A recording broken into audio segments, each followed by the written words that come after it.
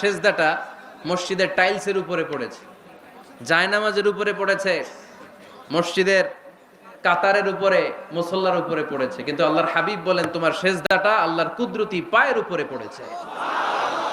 সাহাবীরা সব সময় রুকু সেজদায় পড়ে থাকতেন, আল্লাহর কাছে তারা চাইতেন। তাই আমাদের মডেল হবে সাহাবারা। আমাদের মডেল হবে কারা? আওয়াজ করে বলেন কারা? এই মেসেজটা বাড়িতে নিয়ে যেতে পারবেন তো? This is the first message I dropped today for the people of Faridpur. Faridpur বাসীর জন্য আজকের আমার প্রথম মেসেজ, আমাদের মডেল হচ্ছে সাহাবারা। ঠিক কি না? সাহাবারা আমাদের মডেল, ওনারা আমাদের ইন্সপায়ারেশন, ওনারা আমাদের অনুপ্রেরণা। এজন্য আল্লাহর হাবিব সাল্লাল্লাহু আলাইহি ওয়াসাল্লাম বলেছেন লা তাসুব্বু আসহাবি, খবরদার আমার সাহাবাদেরকে গালি দিও না। তোমরা যদি উহুদ পাহাড় পরিমাণ স্বর্ণ দান করো, আমার সাহাবারা ওই কঠিন মুহূর্তে যে এক মুঠ চাল দান করেছিল, ওই চালের দানের সমান হবে না। আবার বিশ্বনবী বলতেন খায়রুল কুরুনি কারনি সুম্মা আল্লাযীনা ইয়ালুনাহুম সুম্মা আল্লাযীনা ইয়ালুনাহুম, সবচেয়ে শ্রেষ্ঠ যুগ আমার যুগ, তারপরে আমার সাহাবাদের যুগ, তারপরে তাবিঈদের যুগ। পড়েন সুবহানাল্লাহ। সবচেয়ে শ্রেষ্ঠ যুগ হচ্ছে সাহাবাদের যুগ। নাকি এখন প্লেন আবিষ্কার হয়েছে, রকেট আবিষ্কার হয়েছে, মডার্ন টেকনোলজি সব আমাদের হাতে, এজন্য এই যুগটা শ্রেষ্ঠ নাকি? না, আল্লাহর হাবিব সাল্লাল্লাহু আলাইহি ওয়াসাল্লাম বলেছেন সাহাবাদের যুগটা হচ্ছে গোটা দুনিয়া যত যুগ এই পৃথিবী দেখেছে সবচেয়ে শ্রেষ্ঠ যুগ হচ্ছে সাহাবাদের যুগ। চিল্লায় বলেন ঠিক কিনা? আবার আল্লাহ বললেন রাদিয়াল্লাহু তাআলা আন, রব্বুল আলামিন দুনিয়ার কোন গোষ্ঠীর ব্যাপারে, দুনিয়ার কোন জাতির ব্যাপারে, দুনিয়ার কোন মানুষদের ব্যাপারে রেদওয়ানুল্লাহ আল্লাহর সন্তুষ্টির কথাটা বলেন নাই, শুধু বলেছেন কেবলমাত্র সাহাবাদের জন্য। সুবহানাল্লাহ পড়েন। এজন্য সাহাবাদের নাম শুনলে কি পড়তে হয়? আমি যদি পড়ি আবু বকর, এরপরে কি পড়বেন? যদি পড়ি ওমর, যদি পড়ি আলী, যদি পড়ি উসমান রাদিয়াল্লাহু তাআলা আনহু, আল্লাহ তাআলা ওনাদের উপর খুশি হয়েছেন। ঠিক কি না? এজন্য সাহাবারা আমাদের মডেল। আজকে আমরা সাহাবাদের জীবন চরিত্র সম্পর্কে কিছু জানার চেষ্টা করব এবং সেই জীবনের আলোকে আমাদের জীবনকে আলোকিত করতে চেষ্টা করব ইনশাআল্লাহ। পড়েন। সবার মনোযোগ আছে তো? আজকে আমরা সাইয়েদনা ওমরে ফারুকের বায়োগ্রাফি সম্পর্কে জানব। ওমরে ফারুক রাদিয়াল্লাহু তাআলা আনহু, the super hero of this উম্মাহ। এই উম্মার সুপার হিরো তিনি। ঠিক কি না? ওনার মুখের আগে লাঠি চলতো বেশি। সুবহানাল্লাহ পড়বেন না? মাঝে মাঝে লাঠি চালানোরও দরকার আছে না নাই? সাইয়েদনা ওমরে ফারুক আমাদের জন্য অনুপ্রেরণা। He is the real super hero of Muslim উম্মাহ। তিনি এই উম্মার রিয়েল সুপার হিরো। এজন্য ওনার জীবনী থেকে আমরা কিছু শিক্ষা নেওয়ার চেষ্টা করব ইনশাআল্লাহ। পড়েন। সাইয়েদনা ওমরে ফারুক কিভাবে ইসলাম ধর্ম গ্রহণ করলেন, কিভাবে বিশ্বনবীর প্রাণের কলিজার টুকরা হলেন, এটা দিয়ে আমরা শুরু করি। আল্লাহ তাআলা সাইয়েদনা ওমরে ফারুকের হৃদয়ের মধ্যে 3টা ধাক্কা মেরেছেন, ঈমানের ধাক্কা। আওয়াজ করে বলতে হবে কয়টা? জোরে বলেন তো কয়টা? 3টা ঈমানি ধাক্কা। এক হচ্ছে বিশ্বনবীর দোয়ার ধাক্কা। এক কি? দোয়ার ধাক্কা। 2 হচ্ছে সূরা হাক্কা দিয়ে দিয়েছেন আল্লাহ এক ধাক্কা। সুবহানাল্লাহ পড়বেন না? 3 হচ্ছে সূরাতু তাহা দিয়ে আল্লাহ দিয়েছেন আরেকটা ধাক্কা। এই 3টা ঈমানি ধাক্কা যখন সাইয়েদনা ওমর ফারুকের হৃদয়ে লাগলো, উনি পড়তে আরম্ভ করেছেন আশহাদু আল্লা ইলাহা ইল্লাল্লাহ ওয়া আশহাদু আন্না মুহাম্মাদান আবদুহু ওয়া রাসূলুহু। চিল্লায় পড়েন আল্লাহু আকবার। বিশ্বনবী মক্কায় বসে বসে তাহাজ্জুদের সালাত পড়ে আল্লাহর কাছে দোয়া করলেন, আল্লাহ আল্লাহুম্মা আইজ্জাল ইসলাম বিআহাব্বির রাজুলাইনি ইলাইক। ও আল্লাহ, 2 জন লোকের নাম বলবো, 2 জনের দরকার নেই, এই 2 জনের একজনকে আপনি ইসলামের সুশীতল ছায়া তোলেন, এই ইসলামকে বিজয় দান করে দেন। মুহূর্তের মধ্যে দোয়াটা কবুল করে নিয়েছে কে?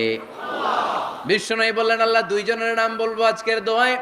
বিআবি জাহল ইবনে হিশাম, হয়তো হিশামের বেটা আবু জাহেলকে আপনি ইসলামের ভিতরে নিয়ে আসেন, কিংবা ওমর ইবনুল খাত্তাব, খাত্তাবের বেটা ওমরকে আপনি ইসলামের ছায়া তোলে নিয়ে আসেন। ওমরে ফারুকের জন্য দোয়াটা কবুল করে নিয়েছে কে?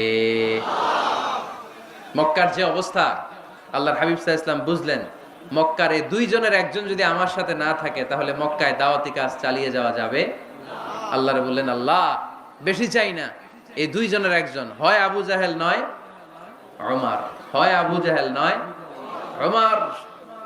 বিশ্বনবী যখন দোয়া করলেন, এই দোয়ার একটা ইমানি ধাক্কা, নুরানি ধাক্কা সাইয়েদনা ওমরে ফারুকের হৃদয়কে স্পর্শ করে ফেলল। দোয়া ইজ লাইক এ মিসাইল। এই যে আমরা দোয়া করি, এটা মিসাইলের মতো। যুদ্ধে মিসাইল হামলা করে না? মিসাইল হামলা করার পরে এই মিসাইল লক্ষ্য বস্তুতে যে ভেদ করে, ঠিক কিনা? তেমনি দোয়ার মতো যদি আপনি দোয়া করতে পারেন, আপনি যেই জন্য দোয়া করেছেন ঠিক ওই জায়গায় যে আপনার দোয়া স্পর্শ করে। সুবহানাল্লাহ পড়বেন না? বিশ্বনবীর দোয়ার মাধ্যমে প্রথমে সাইয়েদনা ওমর ফারুকের হৃদয়ে এক ধাক্কা লাগলো। 2 নম্বরে রব্বুল আলামিন সূরাতুল হাক্কা দিয়ে ওমর ফারুকের হৃদয়ের মধ্যে দিলেন এক ধাক্কা। পড়েন আল্লাহু আকবার। কোরআনের ভেতরে সূরাতুল হাক্কা নামে একটা সূরা আছে না নাই? আল হাক্কাতু মাল হাক্কা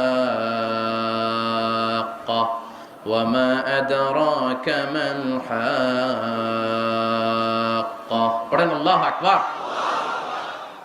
বিশ্বনবী যখন দোয়া করলেন, ওই দোয়া যখন সাইয়েদনা ওমর ফারুকের হৃদয় স্পর্শ করলো, সাইয়েদনা ওমর ফারুক সব সময় বিশ্বনবীরে ফলো করতে আরম্ভ করলেন।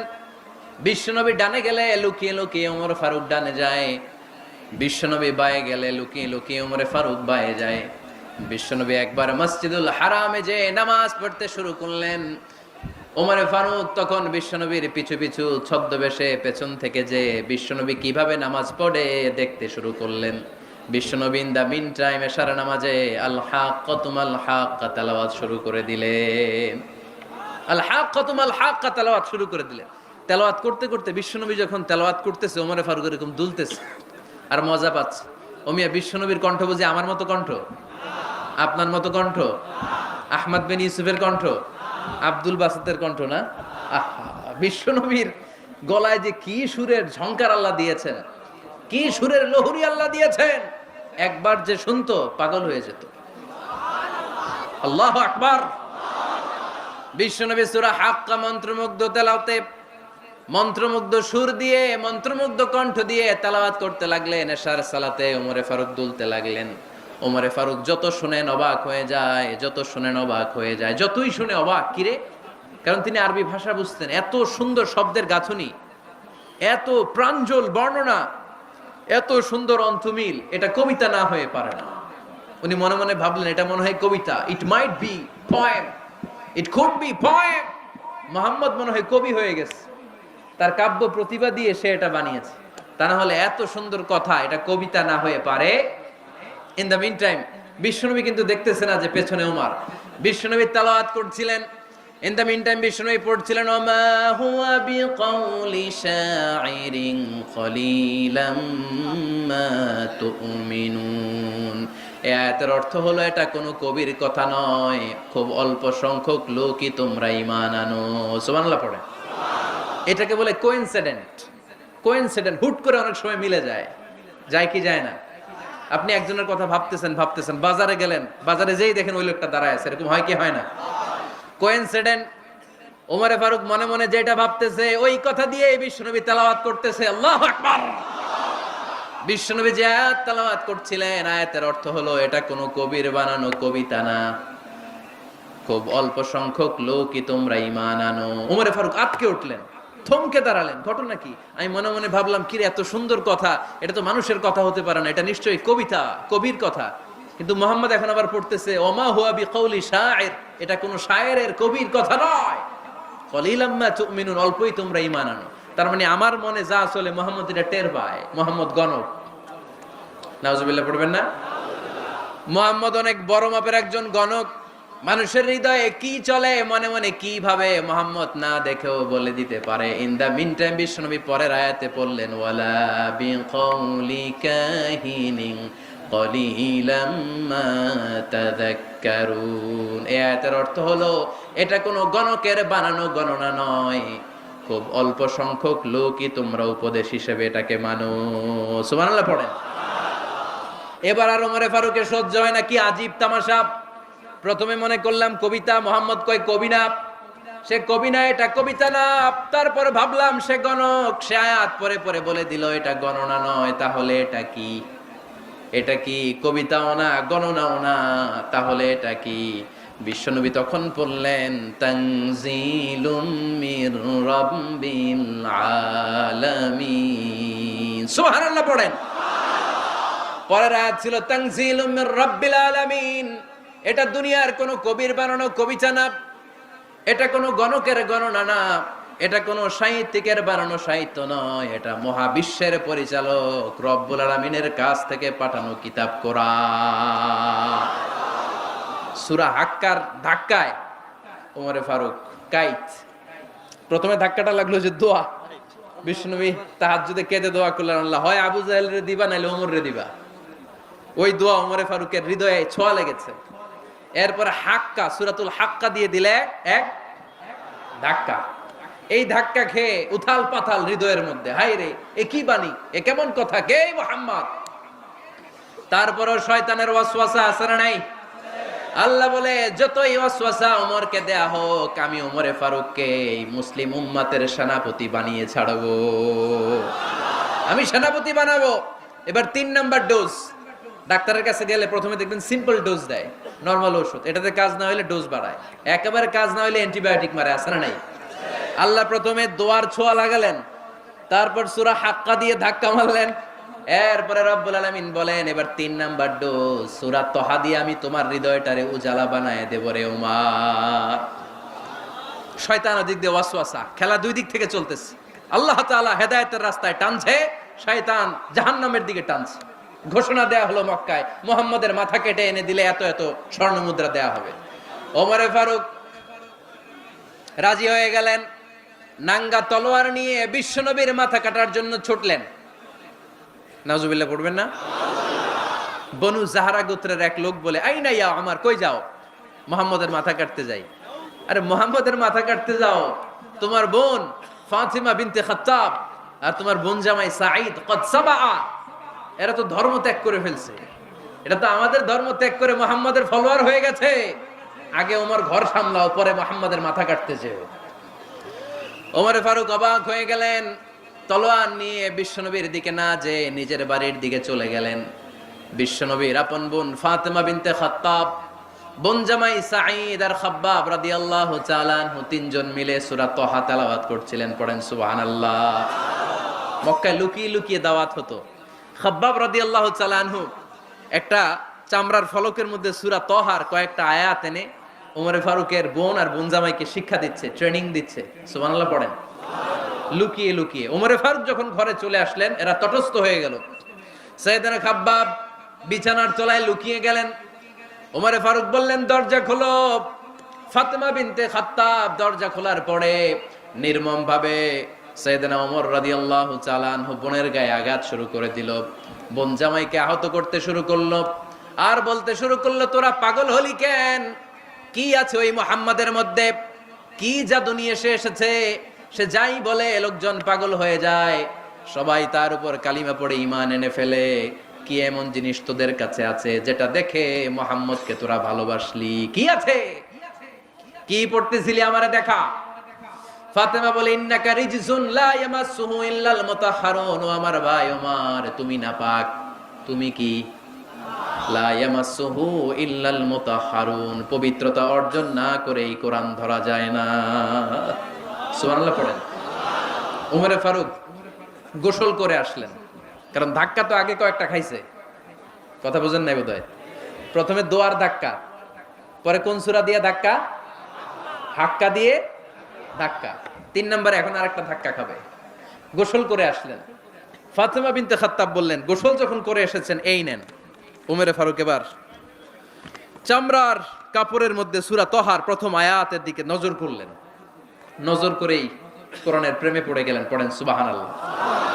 ওমরে ফারুক পড়তে আরম্ভ করলেন, তহা মা আনজালনা আলাইকাল কুরআনা লিতাশকা ইল্লা তাযকিরাতাল লিমান ইয়াখশা তানজিলাম মিম্মান খালাকাল আরদা ওয়াস সামাওয়াতিল উলা। সুবহানাল্লাহ পড়েন। উনি পড়তে আরম্ভ করলেন, তহা মা আনজালনা আলাইকাল কুরআনা লিতাশকা, এই কোরআনকে আমি তোমাদের হতভাগ্য থাকার জন্য পাঠাই নাই, এটা রব্বুল আলামিনের পক্ষ থেকে এসেছে। যারা রবকে ভয় করে তাদের জন্য আছে উপদেশ। যিনি আকাশ বানিয়েছেন, জমিন বানিয়েছেন, ওই আল্লাহ তাআলা নিজেই এই কোরআন পাঠিয়েছে। আওয়াজ করে পড়তে হবে আল্লাহু আকবার। উনি খুব ভালো আরবি জানতেন। সূরা তাহা পড়ার পরে আর ধৈর্য ধারণ করতে পারে না।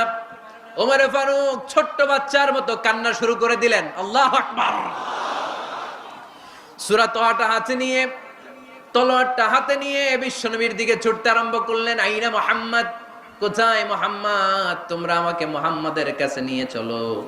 বিশ্বনবী তখন সাফা পাহাড়ের পাদদেশে দারুল আরকাম ইবনে আলকামের ঘরে লুকিয়ে লুকিয়ে কোরআনের দাওয়াত দিতেন। ওমরে ফারুককে পাগলের মতো ছুটে আসতে দেখে বিশ্বনবীর চাচা হামজা ইবনে আব্দুল মুত্তালিব বলল, নবী আপনি পালান। ওই যে খাত্তাবের বেটা ওমর আপনাকে অপমান করার জন্য, আক্রমণ করার জন্য তেরে এসেছে। সাহাবীরা বললেন, নবী আপনি পালিয়ে যান, আমরা সামাল দেব। বিশ্বনবী বললেন, না আমি পালাবো না, বরং তোমরা সরে যাও। ওমর ইবনে আল খাত্তাবকে আমার দরবার পর্যন্ত আসতে দাও। আমার তো মনে হচ্ছে ওই যে তাহাজ্জুদের নামাজ শেষে চোখের পানি ছেড়ে যে আমি আল্লাহর কাছে দোয়া করেছি, আজকে আমার ওই দোয়াটা কবুল হতে শুরু করেছে। আমার তো মনে হচ্ছে আমার ওই দোয়া কবুল হবে, আসতে দাও। ওমর ফারুক এসে বললেন, আশহাদু আল্লা ইলাহা ইল্লাল্লাহ ওয়া আশহাদু আন্না মুহাম্মাদান আবদুহু ওয়া রাসূলুহু। আমি সাক্ষ্য দিলাম আল্লাহ ছাড়া কোনো ইলাহ নাই, নিশ্চয়ই আপনি আল্লাহর প্রেরিত বান্দা এবং রাসূল। পড়েন সুবহানাল্লাহ। ওমর ফারুক যখন কালিমা শাহাদা পড়ে মুসলমান হয়ে বিশ্বনবীর হাতে হাত রাখলেন, মুসলিম সাহাবীদের মধ্যে খুশি আর আনন্দের বন্যা বয়ে গেল। মুসলিম হাতে গোনা সাহাবারা আল্লাহর প্রশংসা করলেন। বিশ্বনবী সাইয়েদনা ওমর ফারুককে জড়িয়ে ধরলেন। ওমর ফারুক এবার বিশ্বনবীরে বললেন, নবী গো, আলাসনা আলাল হক, আমরা কি সত্যের উপরে আছি নাকি আমরা ভুলের উপরে আছি? বিশ্বনবী বললেন, বালা নাহনু আলাল হক, আমরাই সত্যের উপরে আছি। সুবহানাল্লাহ পড়েন। আলাসনা আলাল হক, নবী আমরা কি সত্যের উপরে নাই? হ্যাঁ অবশ্যই ওমর, তুমি সত্যের উপরে আছো। ওমরে ফারুক বললেন, তাহলে ফাফিমাল ইখতিফা, তাহলে লুকায় লুকায় আর দাওয়াত দেব কেন? আমি তো কালিমা পড়ে ফেলছি, আসেন আমার সাথে বের হই। ফাফিমাল ইখতিফা, আর লুকায় লুকায় কেন? আসেন আমরা বাইরে বের হই। বিশ্বনবী বললেন, ওমর এটা মাক্কি জীবন, এখানে আমরা একটু গোপনে গোপনে দাওয়াত দিতে চাই। ওমরে ফারুক বলে, না, আমার দায়িত্ব, আমি একটা মিছিল দিতে চাই নবী। আল্লাহর নামের তাকবীর দিতে দিতে দারুল আরকাম থেকে শুরু করে মসজিদুল হারাম পর্যন্ত একটা মিছিল দিয়ে আমি মক্কা কাঁপাইয়া দেব। অনুমতি দেন। বিশ্বনবী দিতে চায় না। ওমর ফারুক অনেক বুঝানোর পরে স্বল্প পরিসরের একটা অনুমোদন পাওয়া গেল বিশ্বনবী সাল্লাল্লাহু আলাইহি ওয়াসাল্লামের কাছ থেকে। কিন্তু মিছিল যে দিবে, মিছিলের জন্য লোকের দরকার আছে না নাই? এখানে লোক নাই, আমি একাই মিছিল দিতেছি। এটা জমবে? মিছিল জমবে? খুঁজে উনি 11 জন মুসলিম সাহাবা পেলেন। কয়জন? ওমরে ফারুক বললেন, 11 জনই সই। এই 11 জন নিয়েই আমি আল্লাহর নামের তাকবীর দিব। 2 লাইন করলেন। কয় লাইন? 2 লাইন। পেছনে 6 জন, আর এই লাইনের নেতা বানালেন বিশ্বনবীর চাচা হামজাকে রাদিয়াল্লাহু তাআলা আনহু। আর সামনে 5 জন, তার আগে দাঁড়ালেন উনি নিজেই। তাহলে 6 6 12। বললেন, এই 2 লাইনই আমরা তাকবীর দিতে দিতে, বেশি না, এই দারুল আরকামের ঘর থেকে, আপনারা জানেন যে সাফা মারওয়া এখন যে সাই হয়, এই সাফার পাদদেশে ছিল দারুল আরকামের ঘর। উনি বললেন, এখান থেকে ওই যে কাবার গিলাফ দেখা যায়, কাবার গিলাফ পর্যন্ত আমরা এই তাকবীর নিয়ে ওখানে যাব। সুবহানাল্লাহ পড়বেন না? ওখানে উনি দাঁড়িয়ে ছোট্ট একটা ভাষণ দিয়েছিলেন। উনি বলেছিলেন, মান আরাদা আন তাসকুলা উম্মু ওয়া ইয়াতামা ওয়ালাদু ওয়া তারমিলা যাওজাতুহু ফালিয়াসুদ্দানি। খেয়াল করে শুনেন, কান দুইটা খরগোশের কানের মতো খাড়া করেন। উনি এক বাক্যের একটা ভাষণ দিলেন। ভাষণ দিতে জানলে বড় ভাষণ দেয়া লাগে না। এক বাক্যের ভাষণ দিয়ে গোটা বিশ্বকে ঝাঁকুনি মারা যায়। চিল্লায় বলো ঠিক কিনা? ওমরে ফারুক এক বাক্যের একটা ছোট্ট ভাষণ দিলেন। মান আরাদা আন তাসকুলা উম্মু, কে আছো মায়ের এই মক্কায়, কে আছো মায়ের বুক খালি করতে চাও? ইয়াতামা ওয়ালাদু, কে আছো বাচ্চাগুলারে, নিজের সন্তানগুলোরে ইয়াতিম বানাতে চাও? কে আছো তারমিলা যাওজাতুহু, নিজের স্ত্রীকে বিধবা বানাতে চাও? ফালিয়া সুদ্দানি, বুকের পাটা থাকলে আমি ওমর রে থামাও। ফালিয়া সুদ্দানি, দেখি মক্কায় কার এত বড় বুকের পাটা, কে আছো মায়ের বুক খালি করতে চাও, সন্তান এতিম বানাতে চাও, স্ত্রীকে বিধবা বানাতে চাও, ফালিয়া সুদ্দানি পারলে আমারে ঠেকাও। এই বলে উনি আল্লাহু আকবার, আল্লাহু আকবার, আল্লাহু আকবার বলে স্লোগান শুরু করে দিলেন। এক এক স্লোগানে মক্কার মরুজমিন থারথার করে কাঁপতে আরম্ভ করলো। এই মিছিল মক্কার কেউ দেয় নাই। মিছিলের আওয়াজ শুনে আবু জাহেল বাইরিস, উতবা বাইরিস, শাইবা, ওয়ালিদ ইবনে মুগিরা সব বের হয়েছে। কিরে, আমার এলাকায় এত বড় স্লোগান, কার এত সাহস? বের হয়ে দেখে মিছিলের সামনে ওমর। ওমরে দেখে দিছে এক দৌড়।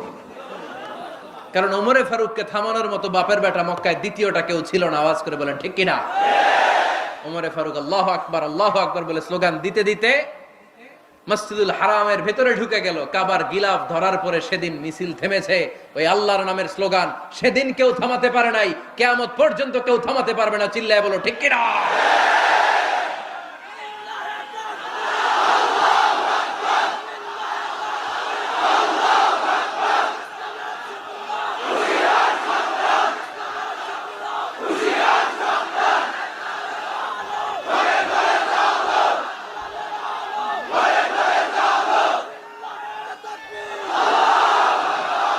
ওই রকম একটা ওমরের দরকার, আমাদের বেশি চাই না। জোরে বলেন ঠিক কিনা?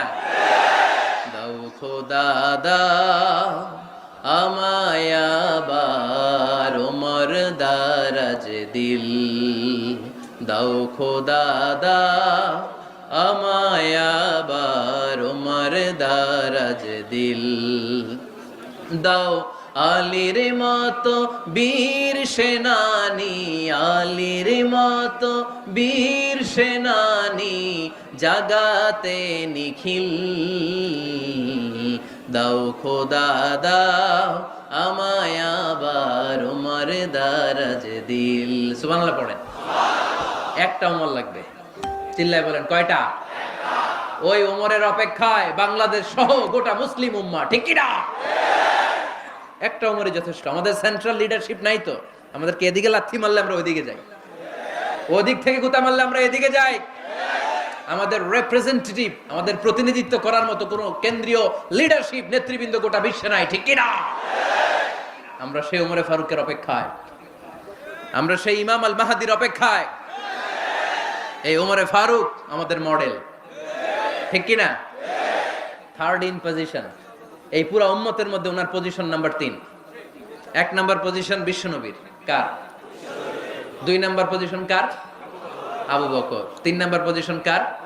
ওমরে ফারুকের। বিশ্বনবী বলতেন লা নবিয়্যা বা'দি, লা নবিয়্যা বা'দি, আমার পরে কোনো নবী নাই।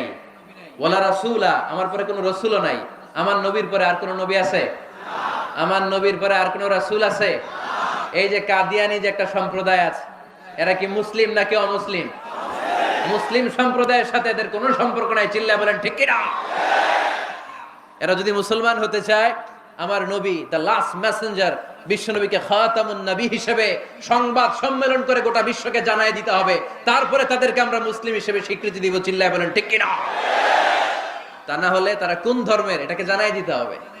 No inferiority complex, no identity crisis. Identity ক্রাইসিসে থাকা যাবে না। আপনারা কোন ধর্মের এটা জানায় দেন। আপনারা বিশ্ব নবীরও শেষ নবী মানবেন না, আবার মুসলিম বলেও নিজেদেরকে ট্যাগ লাগাতে চাইবেন। সাধারণ মুসলমানরা এটা এই ধোঁকাবাজি মানে না। চিল্লায় বলেন ঠিক কি না?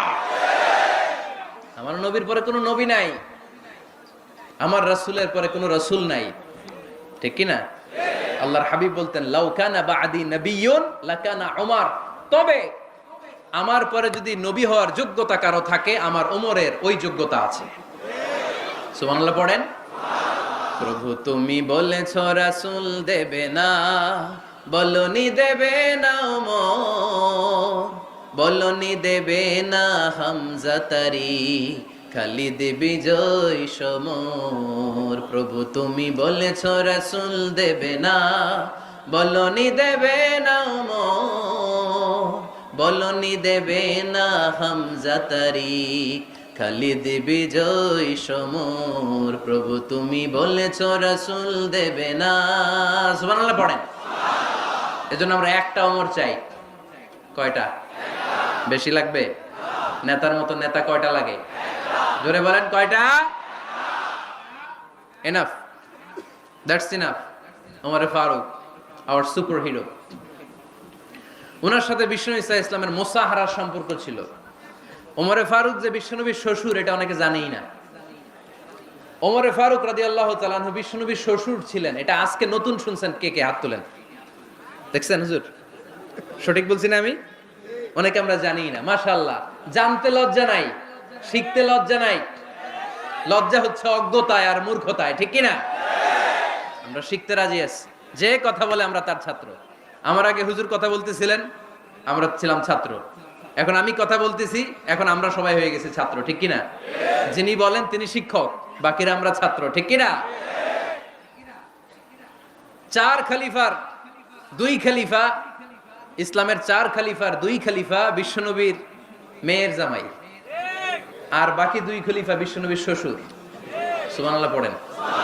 সাইয়েদনা আলী রাদিয়াল্লাহু তাআলা আনহু, সাইয়েদনা উসমান যুন নূরাইন বিশ্বনবীর মেয়ের জামাই। উসমান রাদিয়াল্লাহু তাআলা আনহুর কাছে বিশ্বনবী দুই মেয়েকে বিয়ে দিয়েছিলেন। একজন মারা যাওয়ার পরে আরেকজন। বিশ্বনবী বলেছেন এরপরে আরেকটা থাকলে ওইটারও বিয়ে দিতাম। সুবহানাল্লাহ পড়বেন না? দুইজন ছিল মেয়ের জামাই আর দুইজন ছিল শ্বশুর। সাইয়েদনা আবু বকর শ্বশুর, বিশ্বনবীর স্ত্রী আম্মাজান আয়েশা রাদিয়াল্লাহু তাআলা আনহার বাবা।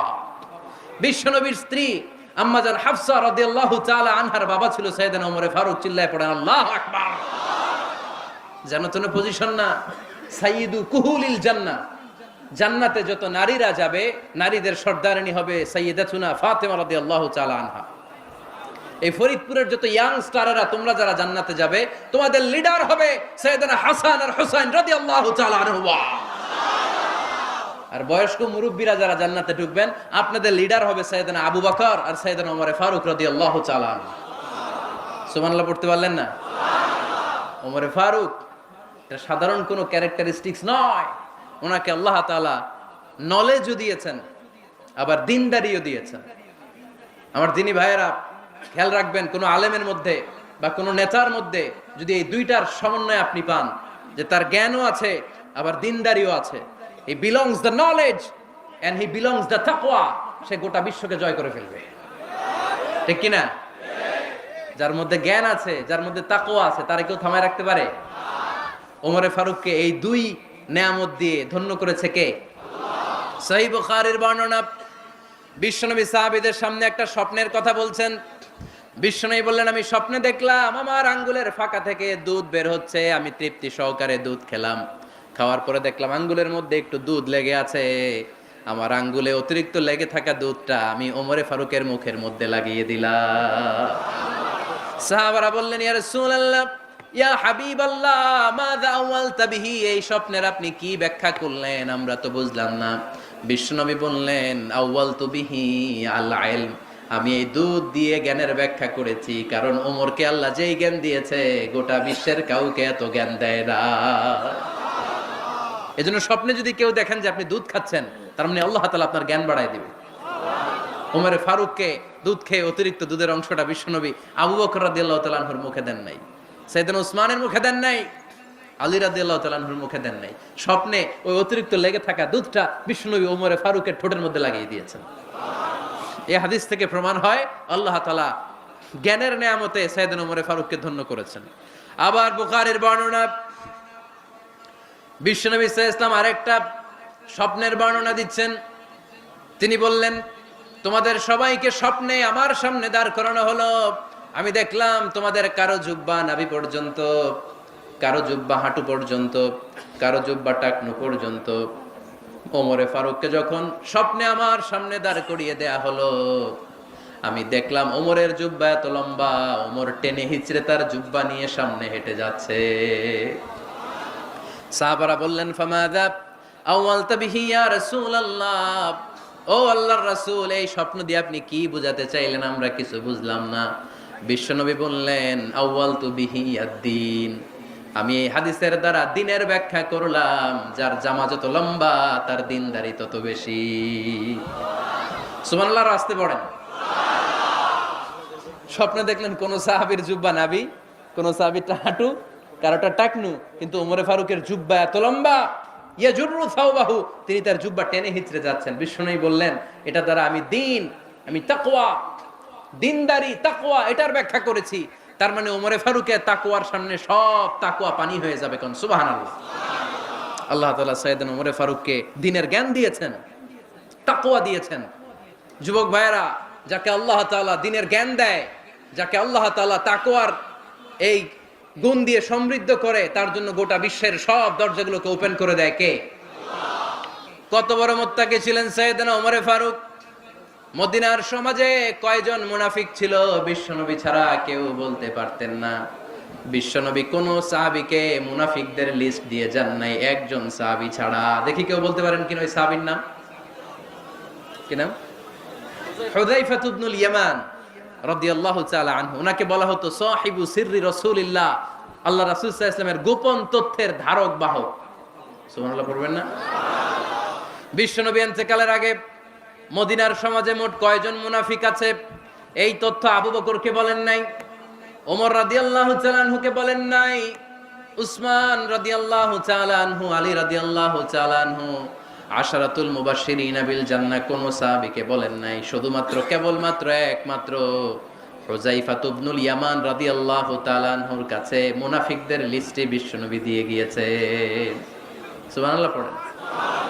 মদিনায় কারা কারা মুনাফিক কেউ জানতো না হুযায়ফা ছাড়া। কে ছাড়া? নামটা আজকে মুখস্থ করেন, যাতে অন্য কোনো ওয়াজে কেউ জিজ্ঞেস করলে বলতে পারেন। মুনাফিকদের লিস্ট যে সাহাবীর কাছে বিশ্বনবী দিয়ে গিয়েছিলেন, সাহাবীর নাম কি? নাম? নামটা কেমন লাগে? ভাল লাগে? অনেকে আমারে জিজ্ঞেস করে, হুজুর আমার ছেলে হবে আগামী মাসে, একটা নাম দেন। নাম দিয়ে দিলাম হুযায়ফা। যাদের হবে ছেলে, এলাকায় যাদের নেক্সট কয়েক মাসে ছেলে হবে, খালি হুযায়ফা চলবে। কি চলবে? ভাল লাগে? নামটা ভাল লাগে? রাইখেন, অনেক সুন্দর নাম। উনি জানতেন মুনাফিক কারা। দেখেন ওমরে ফারুকের তাকওয়ার লেভেলটা কত হাই। ওমরে ফারুক একদিন হুযায়ফা রাদিয়াল্লাহু তাআলা আনহুর কাছে গেলেন, যে বললেন, হুযায়ফা, বিশ্বনবী ইন্তেকালের আগে মুনাফিকদের নামের লিস্টটা কারো কাছে দেয় নাই, আমার জানা নাই, সাইয়েদনা আবু বকরের জানা নাই, কোন সাহাবীর জানা নাই, তুমি ছাড়া। আমি তোমার কাছে জানতে চাই, আমি ওমরের নামটা ওই মুনাফিকদের খাতায় আছে কিনা আমার একটু বলো। আমার ওমরের নামটা ওই মুনাফিকদের লিস্টিতে একটু আছে কিনা, নামটা একটু বলো। যদি থাকে আমি ভালো হয়ে যাব। আমি নেফাকি দূর করে পাক্কা মুমিন হতে চাই। আমার নাম যদি মুনাফিকের লিস্টে থাকে আমি তো শেষ। হুযায়ফা চোখের পানি ছেড়ে দিয়ে বলে, আমিরুল মুমিনিন, কেমন প্রশ্ন করলেন আপনি? আপনি বিশ্বনবীর শ্বশুর, এই উম্মতে আপনার পজিশন 3 নাম্বার। আপনারে মুনাফিকরা ভয় পায়, শয়তান আপনারে ভয় পায়। আপনি জান্নাতে সব বয়স্ক লোকদেরকে নিয়ে জান্নাতের মধ্যে আগে আগে ঢুকবেন, কেমন করে মুনাফিকদের কাতারে আপনার নাম থাকতে পারে ওমর? সুবহানাল্লাহ পড়ে। কি বিনয়ী, কি তাকওয়া। হুযায়ফাকে যে ধরতেন, হুযায়ফা একটু বলো না আমার নামটা মুনাফিকদের লিস্টিতে আছে কিনা। ওমরে ফারুকের যদি এই টেনশন থাকে যে আমি মুনাফিক হয়ে গেলাম কিনা, আমাদের এই টেনশন থাকার দরকার আছে না নাই? হ্যাঁ, এজন্য সব সময় আল্লাহর কাছে দোয়া করতে হবে, আল্লাহ তুমি নেফাকি থেকে আমাদেরকে বাঁচাও। আরো জোরে পড়েন আমিন। ওমরে ফারুক রাদিয়াল্লাহু তাআলা আনহু আমাদের সুপার হিরো, আমাদের সবাই বলেন আমাদের। উনি কত বড় সুপার হিরো শুনেন।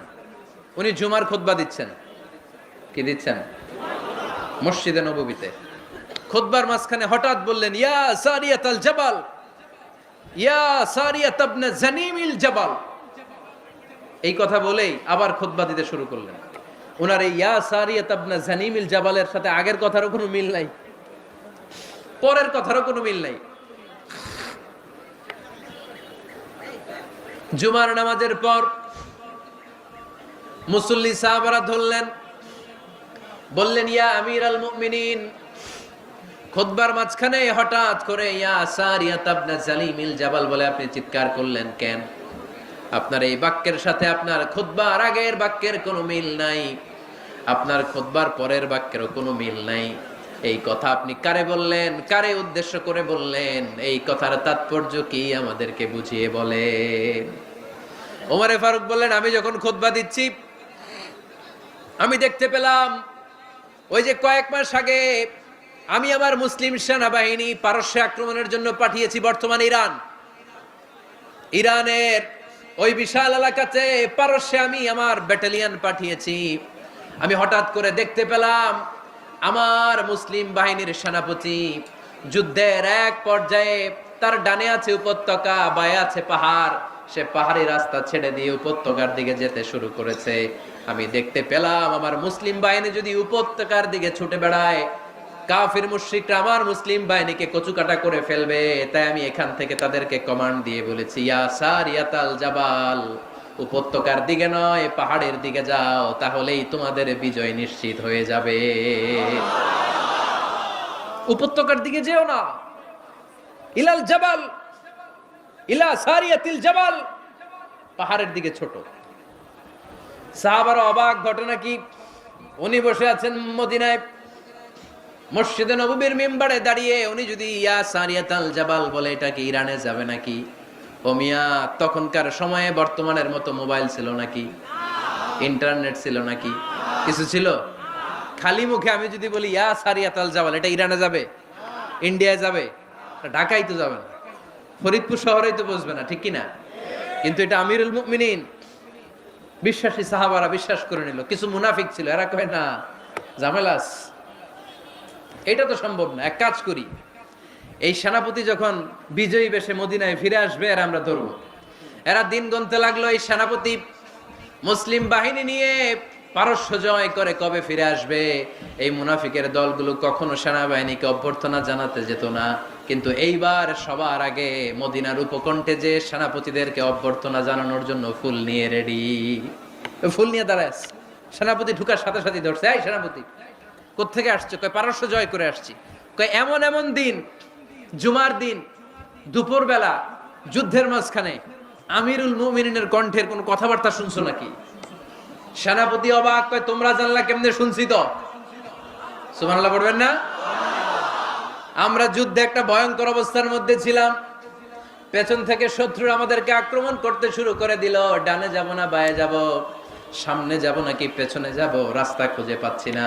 ডান দিকে ছিল আমাদের উপত্যকার রাস্তা, বাঁ দিকে ছিল পাহাড়ি পথ। আমরা সোজা পথ হবে মনে করে উপত্যকার দিকে ছুটতে আরম্ভ করলাম। হঠাৎ করে আমিরুল মুমিনিনের কণ্ঠ বজ্র কণ্ঠে আমার কানের মধ্যে ভেসে আসলো। আমার মনে হলো আমিরুল মুমিনিন কেমন যেন আমাকে কমান্ড দিচ্ছেন আর বলছেন, ইয়া সারিয়াতাল জাবাল, ডান দিকে উপত্যকার পথে নয়, তাড়াতাড়ি পাহাড়ের দিকে সৈন্যবাহিনী নিয়ে উঠে যা। পাহাড়ের দিকে, ডানে না। This is wrong track and this is the right track. ওই দিন যদি ওমরে ফারুকের ওই গাইডলাইন, আমিরুল মুমিনিনের কমান্ড যদি আমি না শুনতাম, আজকে বিজয়ের বেশে ফিরতেও পারতাম না, আমাদের চেহারাও তোমরা দেখতে পেত না। ওমরে ফারুকের ওই কমান্ড, ওই গাইডলাইন অদৃশ্য থেকে শোনার কারণে ওই পারস্যের মধ্যে আমাদেরকে সেই যুদ্ধে বিজয় দান করেছে কে? দিস ইজ ওমরে ফারুক, দিস ইজ ওমরে ফারুক। বিশ্বনবী বলছেন, ওমর, মা লাকিয়াকা শাইতানু সালিকান ফাজ্জান ইল্লা সালাকা ফাজ্জান গায়রা ফাজ্জিক। ওমর, শয়তান ইবলিস যদি তোমার কোনো রাস্তা দিয়ে হাঁটতে দেখে, শয়তান ওই রাস্তা রেখে দিয়ে অন্য রাস্তা দিয়ে হাঁটে। সুবহানাল্লাহ বাড়িতে যায় বললেন। কে বলতেছে? বিশ্বনবী। কার ব্যাপারে? ওমরে ফারুকের ব্যাপারে। শয়তান যদি দেখে যে ওমরে ফারুক এই রাস্তা দিয়ে হাঁটতেছে, শয়তান ওই রাস্তা রেখে দিয়ে অন্য রাস্তা দিয়ে হাঁটে। সুবহানাল্লাহ পড়ে। রাত্রিবেলা আমরা আমাদের বাচ্চা ছেলে মেয়েদেরকে যখন খাওয়াই, বাচ্চারা খেতে চায় না, এরকম হয় আপনাদের ফরিদপুর এলাকায়? হ্যাঁ, এই এলাকায় হয় নাকি? খেতে চায় না বাচ্চারা, এই চকলেট দেখায়া, এই মিনা কার্টুন দেখায়া, এইটা সেইটা এগুলো সেগুলো বলে, গল্প টল্প বলে ভুলায়া খাওয়ানো লাগে, তাই না? তারপরও খায় না। আমারও ছোট মেয়ে আছে, খেতে চায় না, এইটা সেইটা এমনি সেমনে খাওয়ানো লাগে। তো শেষে না পেরে মা বাবা বলতে বাধ্য হয়, ওই যে ভূত আসতেছে, ভূত, তাড়াতাড়ি তাড়াতাড়ি খাও, নাহলে যে ভূত ধরবে তোমারে। ওই যে বাঘ আসতেছে, বাঘ, তাড়াতাড়ি খাইলে নাহলে বাঘে কামড়াবে। বলি না আমরা? আপনারা কি বলেন? ভূত। আর কি বলেন? হ্যাঁ হ্যাঁ, আচ্ছা, এক এক জায়গায় এক একটা আমরা বলি, ভূত আসবে, বাঘ খাবে, ভাল্লুক খাবে, তাড়াতাড়ি খাও। মদিনাতে যখন ওমরে ফারুক আমিরুল মুমিনিন, মদিনার মায়েরাও বাচ্চাদেরকে খাওয়াতে পারতো না, ছোট্ট মেয়েদেরকে খাওয়াতে পারতো না, খাওয়া নিয়ে যন্ত্রণা করতো। বাচ্চারা যখন মদিনায় খেতে চাইতো না রাত্রিবেলায়, মদিনার মায়েরা বলতো, তাড়াতাড়ি খাও, হা হুয়া ইয়াতি উমর, হা হুয়া ইয়াতি উমর, তাড়াতাড়ি খা, নাইলে ওই যে ওমর আসতেছে, Omar. This is our super hero সাইয়েদনা ওমর ফারুক রাদিয়াল্লাহু তাআলা। শুধু শয়তানি ভয় পেত না, মুনাফিকরাও ভয় পাইতো, জমের মতো ভয়। শুধু তাই না, আমাদের আম্মাজান বিষ্ণু ইসা ইসলামের স্ত্রীরাও ওমর ফারুককে ভয় পেতেন। সুবহানাল্লাহ কইবেন না? মাঝে মাঝে বিষ্ণু ইসা ইসলামের সাথে আম্মাজান আয়েশার ঝগড়া হতো, হতো না? আপনাদের ফ্যামিলিতে ঝগড়া হয়? হয় না? হয় না? কার কার দেখি? ওরে আল্লাহ, অনেক আল্লাহর ওলি আছে তো এই জায়গায়। ঝগড়া হয় না? কি কথা কয়, ঝগড়া হয় না বলে? বিশ্বনবীর ফ্যামিলিতে ঝগড়া হয়, আপনার ফ্যামিলিতে হয় না? মিষ্টি ঝগড়া। আর ও বিয়েই করে নাই।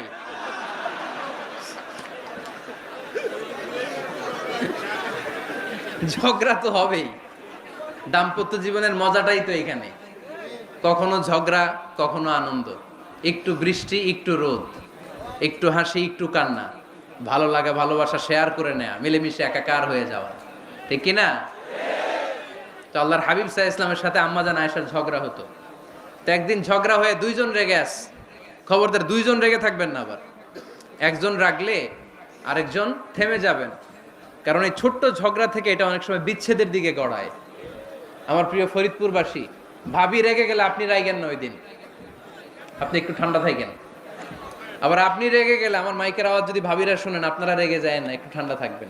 দুইজনে রেগে গেলে তো তৃতীয় বিশ্বযুদ্ধ শুরু হবে। একজন রেগে গেলে আরেকজন ঠান্ডা, কারণ এই সামান্য ঝগড়া থেকে ইগোর কারণে এটা বিচ্ছেদ আর ডিভোর্স পর্যন্ত গড়ায়। আর শয়তান এখানে উস্কানি দেয়, কারণ ইমানদারদের ফ্যামিলি ভাঙতে পারলে শয়তান সবচেয়ে বড় খুশি হয়। আর ইমানদারদের ফ্যামিলি টিকে থাকলে খুশি হয়ে যায় কে? আম্মাজান আয়েশা রাদিয়াল্লাহু তাআলা আনহার সাথে বিষ্ণু ইসলামের ঝগড়া হতো মাঝে মাঝে। একবার ঝগড়া হলো, বিষ্ণু ইসলামও রাগ, আম্মাজান আয়েশাও রাগ। তো বিষ্ণু বললেন, আয়েশা, ঝগড়া করে আর কতক্ষণ থাকবো, আসো মিটমাট করি। আয়েশা রাদিয়াল্লাহু বললেন, ঠিক আছে, মিটমাট করবো। তো বিষ্ণু ইসলাম বললেন, মিটমাটের জন্য কারে ডাকবো? ওমর রে ডাকি। কয় না, ওমর রে না, ওমর গালিজ, ওমর অনেক রাগে, আমার ডর লাগে। কয় তাহলে তোমার আব্বারে ডাকি। কয় ডাকেন। কি খুশি! মেয়েদের মধ্যে অভ্যাসটা আছে না নাই? তাহলে তোমার আব্বারে ডাকি, ডাকেন। ডেকে নিয়ে আসা হলো। আবু বকর রাদিয়াল্লাহু তাআলা আনহু দাঁড়ালেন, আম্মাজান আয়েশা দাঁড়ালেন, বিশ্বনবীও দাঁড়ালেন। বিশ্বনবী বললেন, আয়েশা, তোমার আব্বা আসছে, এবার ঘটনা খুলে বলার পালা। তুমি বলবা নাকি আমি বলবো? আম্মাজান আয়েশা বললেন, আপনি বলেন, তবে ওয়ালা তাকুল ইল্লা হাক্কান, যেটা ঘটছে ওইটাই বললেন, মিথ্যা কথা কইেন না। আবু বকর রাদিয়াল্লাহু তাআলা আনহু রেগে মেগে আগুন। কি এই কথা তুমি কেমন করে বলো? বিশ্বনবী কি মিথ্যা কথা কখনো বলবে? রেগে মেগে দিলেন মেয়ের গালে এক চড়। বানিয়ে বলতেছি না, মুসনাদ আহমদ ইবনে হাম্বলের হাদিস। বাবার হাতের থাপ্পড়কে আম্মাজান আয়েশা উল্টে বললেন। সাইয়েদনা আবু বকর রাগে গড়গড় করছেন, আবার মারার জন্য তেড়ে গেলেন। এবার বাঁচার জন্য আম্মাজান আয়েশা বিশ্বনবীর পিছনে যে আশ্রয় নিলেন, বিশ্বনবী বাঁচানোর জন্য দুই হাত মিলে দাঁড়িয়ে গেলেন। পড়েন সুবহানাল্লাহ। বিশ্বনবী যখন দুই হাত মেলে দাঁড়িয়ে গেলেন, সাইয়েদনা আবু বকর রাদিয়াল্লাহু আনহু থেমে গেলেন। সাইয়েদনা আবু বকর রাদিয়াল্লাহু তাআলা আনহু ঘর থেকে বের হয়ে বারান্দায় দাঁড়ালেন। পড়েন সুবহানাল্লাহ। এবার বিশ্বনবী আম্মাজান আয়েশার কাছে যেয়ে বলেন, ইয়া আয়েশা, কাইফা রাআইতিনি আনকাসতুকি মিনার রাজুল, দেখছো কেমনে বাঁচাইলাম? আমি না থাকলে ভর্তা বানাই ফেলতো আজকে।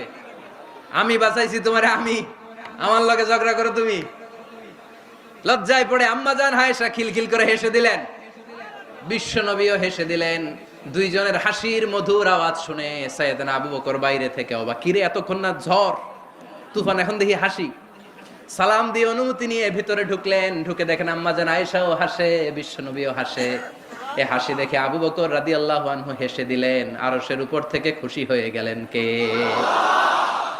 এবার সাইয়েদনা আবু বকর রাদিয়াল্লাহু তাআলা আনহু বললেন, ইয়া রাসূলুল্লাহ, আশরিকানি ফি সিলমিকুমা কামা আশরাকতুমানি ফি হারবিকুমা। ও নবী, যুদ্ধ লাগলে, দুইজন যুদ্ধ লাগলে মীমাংসার জন্য যেমনি আমারে ডাকেন, এরকম হাসি আর আনন্দের মুহূর্তেও আমারে একটু ডাইকেন। আশরিকানি ফি সিলমিকুমা কামা আশরাকতুমানি ফি হারবিকুমা। নবী, আপনাদের মধ্যে ঝগড়া লাগলে সন্ধি করার জন্য আমারে যেমনি ডাকেন, আপনাদের হাসি খুশি আনন্দ খুনসুটি এই মজাদার মুহূর্তগুলোতে আমারে বঞ্চিত রাখেন না, আমার একটু ডাইকেন, সুবহানাল্লাহ পড়েন। এই মুসনাদে আহমদ ইবনে হাম্বলের হাদিস শোনার উদ্দেশ্য হচ্ছে বিশ্বনবী প্রথমে ওমরে ফারুকের নাম বলেছিলেন। সাইয়েদনা আয়েশা বলে না, আমি ডরাই। হাইবাত, দিস ইজ কল্ড হাইবাত ওমর।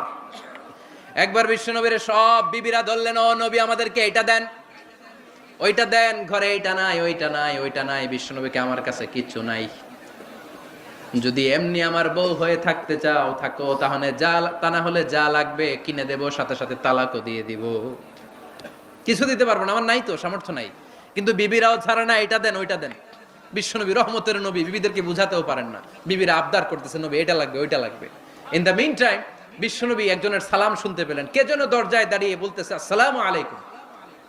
বিশ্বনবী দরজার দিকে তাকালেন, তাকিয়ে বললেন ওয়া আলাইকুম আসসালাম, আর বুঝতে পারলেন এটা আমার ওমরের সালাম। সালাম দেওয়ার পরে বিবিদের দিকে তাকায় দেখে একজন বিবিও নাই, সব অন্দরমহলের ভিতরে দৌড়। সুবহানাল্লাহ পড়তে পারলেন না? This is our super hero Omar. এরকম ওমর একটা লাগবে, চিল্লায় বলেন কয়টা? একটা ওমর গোটা বিশ্বকে সোজা করে দিবে। একটা ওমর সবল আর দুর্বলের সব পার্থক্য দূর করে দিবে, মাজলুমের উপর জালিমের অত্যাচারের অবসান ঘটায় দিবে, গোটা বিশ্বটাকে সাম্য মৈত্রী ভালোবাসার ইনসাফ দিয়ে পরিপূর্ণ করে দিবে। সেই ওমরের অপেক্ষায় আমরা। নিজের ছেলেকে ৮০টা বেত মেরেছেন। কয়টা? ৮০টা বেত মেরেছে। এই ব্যাপারে অনেকগুলো বর্ণনা পাওয়া যায়। সবচেয়ে সহিহ বর্ণনা হচ্ছে মুয়াত্তা ইমাম মালিকের বর্ণনা। ওমরে ফারুক রাদিয়াল্লাহু তাআলা আনহুর ছেলে আব্দুর রহমান মারুফুন বিআবি শাহমা ছিলেন মিশরে, ওখানে নাবিজ খেয়েছিলেন। নাবিজ হচ্ছে আরব দেশের লোকেরা দুধের মধ্যে শক্ত খুরমা রাত্রেবেলা ঢেলে দিত, ঢেলে দিলে সারা রাত ওই খুরমার রসটা দুধের সাথে মিশে দুধটা লাল হয়ে যেত। এটারে সকালবেলা খেত, খুব সুস্বাদু, এটাকে বলে নাবিজ। কিন্তু এটা রাতে ভিজাইলে সকালেই খাইতে হয়, রেখে দিলে আবার একটু সমস্যা হয়, এটা অনেকটা তারির মতো হয়ে যায়, মাতলামি চলে আসে। তো ওমরে ফারুকের ছেলে নাবিজ খেয়েছেন, মদ খাননি, নাবিজ। কিন্তু নাবিজ খাওয়াতে সাকরান চলে এসেছে। সাকরান চলে আসাতে এটা যখন প্রমাণিত হয়েছে, আমর ইবনে আস রাদিয়াল্লাহু তাআলা আনহু নাকি ৮০ বেত মেরেছেন মিশরে। কয় বেত? নিয়ম হচ্ছে সবার সামনে, কিন্তু সবার সামনে না মেরে একটু গোপনে মেরেছে। এই তথ্য যখন ওমরে ফারুকের কাছে এসেছে, উনি বললেন না, মারতে হবে সবার সামনে, আলাদা মাল্লা কেন? ও মদিনায় ফিরে আসলে আমি আবার ৮০টা মারব। মদিনায় ফিরে আসার পরে সাইয়েদনা ওমরে ফারুক ওই আগের ৮০টারে আর ধরেন নাই, নিজ হাতে আবার ৮০টা বেত মেরেছেন। এই বেত মারার ১ মাস পরে এই আবু শাহমা ইন্তেকাল করেছে। অনেক ঐতিহাসিক বলে এই বেতের আঘাতে মরেছে, কেউ কেউ বলেছে নিজের রোগের কারণে মরেছে। কিন্তু দিস ইজ দ্য ইনসাফ সিস্টেম অফ ওমর। নিজের ছেলে বলে ছেড়ে দেয় নাই। এখন নিজের ছেলে হইলে ৭ খুন মাফ, নেতার ছেলে হইলে ১০ খুন মাফ, এলাকার মোড়লের ছেলে হইলে ১০ খুন মাফ। নো পার্সিয়ালিটি ইন ইসলাম। ইসলামে পার্সিয়ালিটি নাই। আপনি নেতার ছেলে হন, আপনি বিজনেস ম্যাগনেটের ছেলে হন, আপনি যেই হন না কেন, ইসলামের দৃষ্টিতে সবাই সমান। চিল্লায় বলেন ঠিক কিনা? বানু মখজুমিয়া গোত্রের এক নারী চুরিতে ধরা পড়ল। সাহাবারা বললেন নবী, মদিনার সবচেয়ে ভেরি প্রেস্টিজিয়াস এন্ড ডিগনিফাইড ফ্যামিলির মেয়ে, আপনি হাত কাটেন না, কারণ ইসলামের নিয়ম চুরি করলে কি কেটে দাও। বিশ্বনবী বললেন বলো কি, হাত না কাটার জন্য তোমরা আমাকে রেকমেন্ড করছো? এটা আল্লাহর আইন, পৃথিবীর কেউ রেকমেন্ড করলো শোনার ক্ষমতা আমার নাই, কারণ আইনটা দিয়েছে কে? লাউ কানাত ফাতিমাতু বিনতি মুহাম্মাদিন সারাকাত লাকাতা মুহাম্মাদুন ইয়াদাহা। আরে বনু মাকসুমিয়া মেয়ে তো দূরের কথা, আমার কলিজার টুকরা ফাতেমাও যদি আজ চুরিতে ধরা পড়তো, তার হাত কেটে দিতে আমি 1 মিনিটও দেরি করতাম না। দিস ইজ ইসলাম। এই হচ্ছে ওমরে ফারুকের মানাকিব। এরকম ওমরে ফারুক কয়টা লাগবে? আওয়াজ করে বলতে হবে, কয়টা লাগবে? একটা লাগবে। এই সাইয়েদনা ওমরে ফারুক মদিনার প্রথম চিফ জাস্টিস ছিলেন। সর্বপ্রথম ওনার পরামর্শে সাইয়েদনা আবু বকর রাদিয়াল্লাহু তাআলা আনহু কোরআনকে সংকলন করেছেন। আমরা এই যে কোরআন পড়ি 30 পারা, এমদাদিয়া লাইব্রেরির 114টা সূরা, কত সুন্দর সন্নিবেশ করা হয়েছে, এখানে সাজানো হয়েছে। আল্লাহর হাবিব সাল্লাল্লাহু আলাইহি ওয়াসাল্লামের সময় কি এরকম কোরআন ছিল নাকি? ছিল না। খেজুর পাতার মধ্যে, গাছের বাকলের মধ্যে, ওটের বড় হাড্ডির মধ্যে আর পাথরের মধ্যে খোদাই করা কোরআন ছিল। সাইয়েদনা আবু বকরের সময় রাদিয়াল্লাহু তাআলা আনহুর সময় যুদ্ধ হলো, 70 জন হাফেজ সাহাবী ইন্তেকাল করলেন।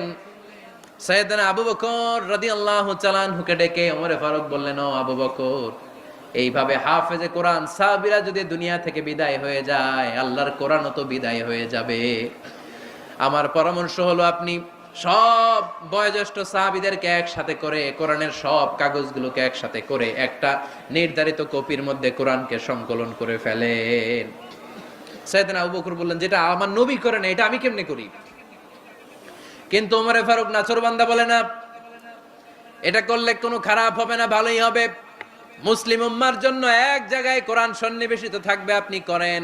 সাইয়েদনা আবু বকর রাজি হয় না, ওমর ফারুকও ছাড়ে না। ওমর ফারুক বলতে বলতে এমন ভাবে সাইয়েদনা আবু বকর রাদিয়াল্লাহু তাআলা আনহুকে ধরলেন, সব শেষে সাইয়েদনা আবু বকর ওমর ফারুকের কথায় কোরআন সংকলনে রাজি হয়ে গেলেন। পড়েন সুবহানাল্লাহ। উনি বললেন, ওমর যখন আমাকে বারবার বুঝাতে লাগলো, আল্লাহ তাআলা আমার হৃদয়টা ওমরের কথা শোনার জন্য খুলে দিলেন। আল্লাহ তাআলা কেমন যেন আমাকে ইলহাম করলেন, আবু বকর করো, এই কাজের মধ্য দিয়ে আমি আমার কোরআনকে গোটা বিশ্বে জীবিত রেখে দেব। This is Omar. এই যে আমরা হিজরি সনের যে আমরা গণনা করি, এই হিজরি সনের প্রবর্তক হচ্ছে সাইয়েদনা ওমর ফারুক। সুবহানাল্লাহ নাই? আপনাদের মনোযোগ আছে না গেছে? কই ঘুমায় গেলেন মনে হয়? তাকবীর দেন তো একজন আওয়াজ করে।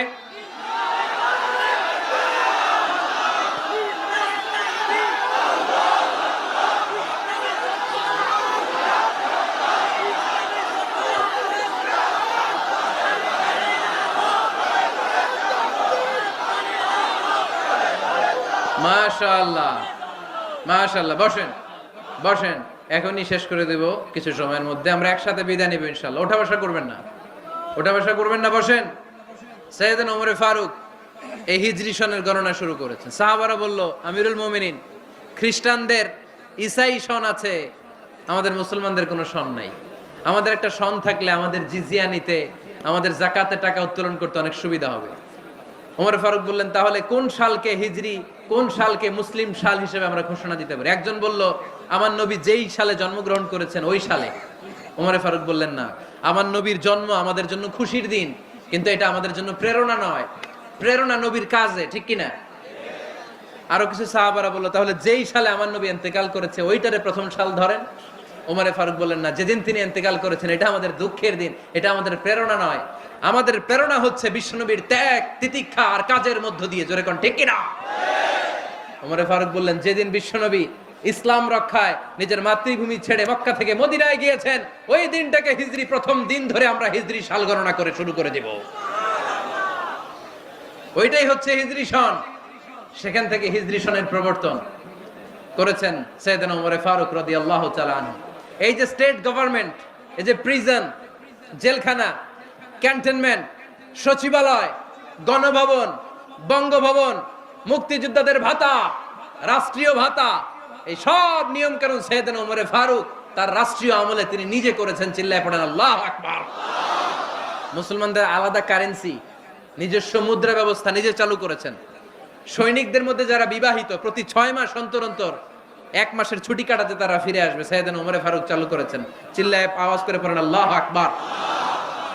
এই যে আমরা 20 রাকাত সালাতুত তারাবি পড়ি রমাদানে, পড়েন না আপনারা?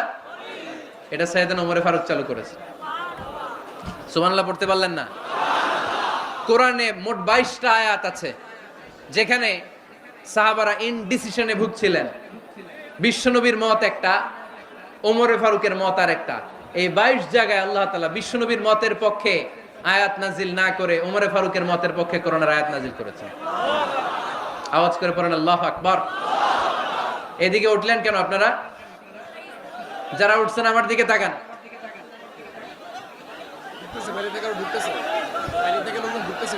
কিছু ভিতরে ঢুকতেছে, কিছু বাইরেতেছে না?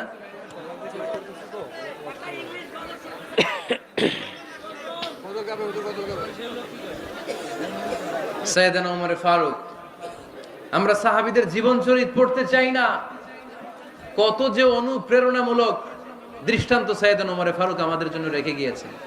ওমর ফারুক যখন খলিফা, দিনের বেলায় যদি রাষ্ট্রে কোনো নিয়ম জারি করতেন, দিনের বেলায় জনগণকে কোনো বিষয়ে যদি নিষেধ করতেন, রাত্রে বেলায় খাওয়ার সময় ফ্যামিলি মেম্বারদের সবাইকে বলতেন, এই দিনের বেলা আমি জনগণকে এই কাজ করতে নিষেধ করেছি, তোমরা আমার ফ্যামিলি মেম্বার, খবরদার তোমরা এই কাজ করো না। জনগণ করলে যতটুকু শাস্তি, তোরা করলে পাবি ডবল শাস্তি। সুবহানাল্লাহ কইবেন না? আমাদের নেতারা ওই বাড়ির বিচার করে, ওই বাড়ির মাইয়ার বিচার, ওই বাড়ির পোলার বিচার, নিজের পোলা গাঞ্জা টানে আছে না নাই? নিজের মেয়ে অপরাধ করে আছে না নাই? কি নেতা ছিলেন ওমরে ফারুক! আগে নিজের ঘর সামলিয়েছেন, আগে নিজেকে সামলিয়েছেন, নিজের ঘর ঠিক করেছেন। বলেছেন জনগণ করলে যত বেদ, তোরা করলে double Veda. This is call leader, ঠিক কি না? এক বাবা এসে বললেন, ওমরে ফারুক আমার ছেলে কথা শোনে না, বেয়াদব। ওমরে ফারুক ছেলেরে ডাকলেন, বাবা তুমি তোমার আব্বাজানের কথা শোনো না, এটা তো কবিরা গুনাহ। ছেলে বলে, ওমরে ফারুক সব দায় দায়িত্ব আল্লাহ ছেলে মেয়েদেরকে দিয়েছে, বাবা মাকে কোনো দায়িত্ব দেয় নাই। ওমরে ফারুক বললেন, অবশ্যই দায়িত্ব দিয়েছে। তাহলে বলেন আমার বাবার দায়িত্ব কি? উনি বললেন, প্রাইমারিলি প্রথমত 3 দায়িত্ব। আইয়ান তাকিয়া উম্মা, পৃথিবীর প্রতিটি বাবার উচিত ছেলেদের মেয়েদের জন্য ভালো মায়ের ব্যবস্থা করা। 2 নম্বরে আইয়ুহসিনা ইসমা, সুন্দর তার একটা নাম রেখে দেয়া। 3 নাম্বার ইউআল্লিমাহুল কিতাব, তারে আল্লাহর কিতাব শিক্ষা দেওয়া। এবার ছেলেকে আমার আব্বা 3টার একটাও করে নাই। এবার ওমরে ফারুক রেগে গেলেন, বাবার কাঁধে ধরলেন, বললেন তুই ছেলের জন্য বিচার নিয়ে আসলি, তোর 3টা দায়িত্বের একটাও তুই পালন করিস নাই। ছেলে বলে, আমিরুল মুমিনিন আমার মা নর্তকী, আমার মা মাজুসি, আমার মায়ের মধ্যে কোনো আদব কাদব নাই, সুন্দরী দেখে আমার মা রে বাবা বিয়ে করছে, আমার মায়ের কাছ থেকে জীবনে কিছু শিখি নাই। 2 নাম্বার সাম্মানি খানফাসা, আমার বাবা আমার নাম রেখেছে চামচিকা। কি নাম রাখছে? এটার নাম হইলো একটা, এরকম উল্টাপাল্টা নাম আছে না নাই? না, এগুলো রাখবেন না। আব্দুল্লাহ রাখবেন, আব্দুর রহমান রাখবেন, আর একটা কি বলছি আজকে? হুযায়ফা রেখে দিয়েন, পারবেন? ওয়ালাম ইউআল্লিমনি হারফাম মিন কিতাবিল্লাহ, আমিরুল মুমিনিন শুধু তাই না, আল্লাহর কোরআনের একটা অক্ষর আমার বাবা কোনোদিন আমারে শিক্ষা দেয় নাই। ওমর ফারুক রেগে গেলেন, এবার বাপের কান্দে ধইরা মারতে শুরু করলেন। তুই পোলার নামে বিচার নিয়ে আইছিস, তোরে মার দিমু আগে। এরকম নেতার দরকার আছে না নাই?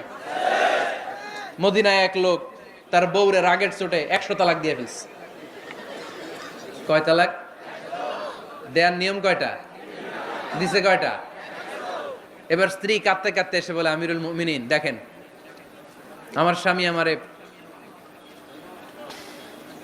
রেগে মেগে 100 তালাক দিছে। ওমর ফারুক বললেন, দইরা নিয়ে আয় এটারে। নিয়ে আসা হলো। ওমর ফারুক বললেন, কয়টা তালাক দিয়েছো? কয় 100টা।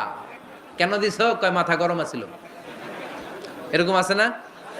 তালাক দেওয়ার সময় সব তালাক, তুই তালাক, তোর মা তালাক, তোর বোন তালাক, সব তালাক। তালাক দিবে ওয়াইফ রে, দিতেছে সবাই রে। তোমার ফারুক বললেন, দিবে 3টা, 100টা দিলা কেন? কয় মেজাজ গরম ছিল। কয় দাঁড়া, আত-তালাকু মিন শাআইরিল্লাহ, তালাক হচ্ছে আল্লাহর দেয়া বিধানের একটা নিদর্শন, এটা নিয়ে তুই খামখেয়ালি করলি। আমার রায় শোন, আমার রায় হচ্ছে 3 তালাকে তোর বউ তালাক, বাকি 97 তালাক তোর পিঠের উপরে পড়বে। এরকম বিচারের দরকার আছে না নাই? এরকম দৃষ্টান্তমূলক বিচার যদি বাংলার জমিনে দেয়া হতো, আর কোন নারী ধর্ষিতা হতো? আর কোন নারীকে অ্যাসিড মারা হতো? আর কোন নারী যৌতুকের জন্য কান্না করত? একটা আমল লাগবে, বেশি না। কয়টা লাগবে? তিনি গভর্নর সিস্টেম চালু করেছিলেন, governorate system, Islamic state. Bahrain, Yemen, মিসর, কুফা,